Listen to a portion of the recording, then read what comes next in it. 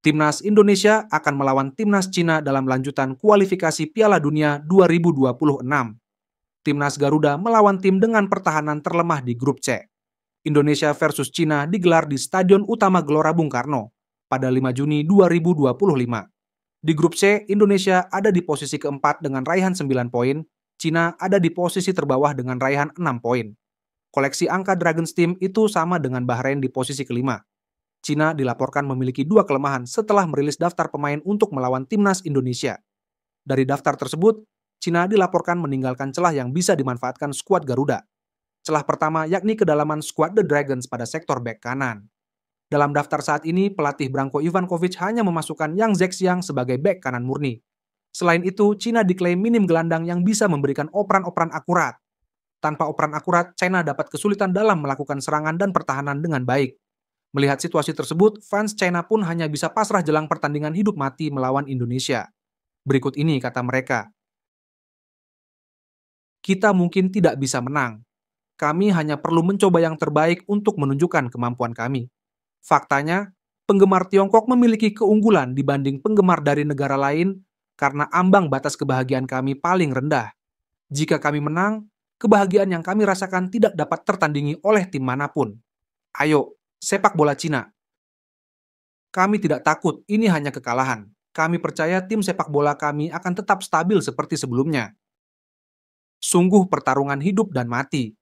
Mereka memiliki 19 pemain naturalisasi dan nilai salah satu dari mereka lebih tinggi dari nilai seluruh tim nasional sepak bola Tiongkok. Kalah lebih sedikit dan menang lebih banyak. Berjuang keras dan menang.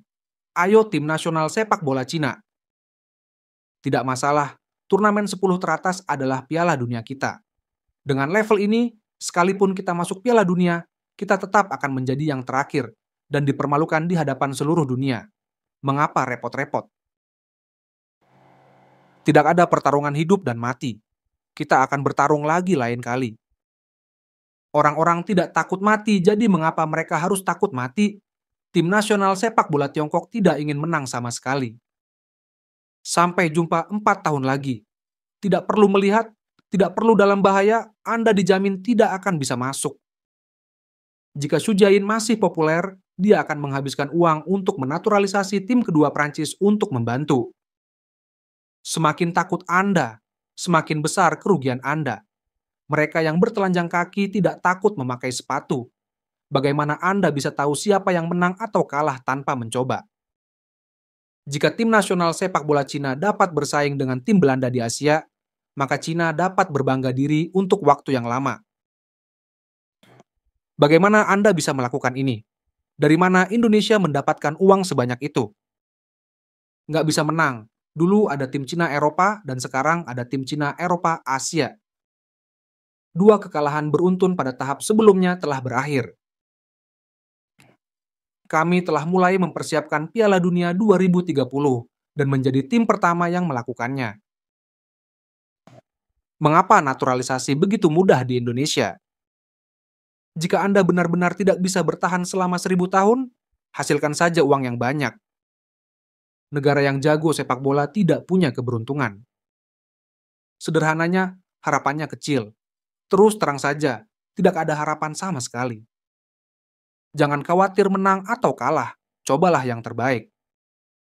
Apakah ini masih tim Indonesia? Mereknya lain-lain. Apakah ada yang masih bermimpi lolos ke Piala Dunia? Singkatnya, tim Cina tidak akan masuk Piala Dunia berikutnya. Beberapa media hanya ingin tampil untuk menarik perhatian. Tim sepak bola putra Tiongkok harus mengirimkan pemain muda untuk bermain sepak bola ofensif. Tidak ada yang takut mencetak gol dan ada harapan untuk menang. Jika seri, Indonesia masih punya harapan secara teoritis, tetapi Cina pada dasarnya sudah hancur.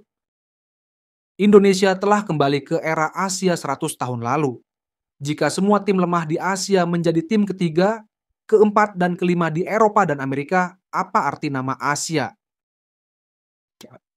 Pemain-pemain naturalisasi di Indonesia semuanya berasal dari klub-klub liga yang kurang dikenal, dan semuanya merupakan pemain-pemain kelas 2 dan 3.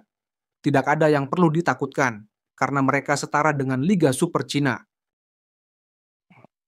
Terlalu sedikit pemain bagus dan kemampuan secara keseluruhan kurang memadai. Chow Yong-jing terlalu lemah dalam bertahan. Sangat disayangkan Lin Liangming tidak bisa bermain karena kartu merah.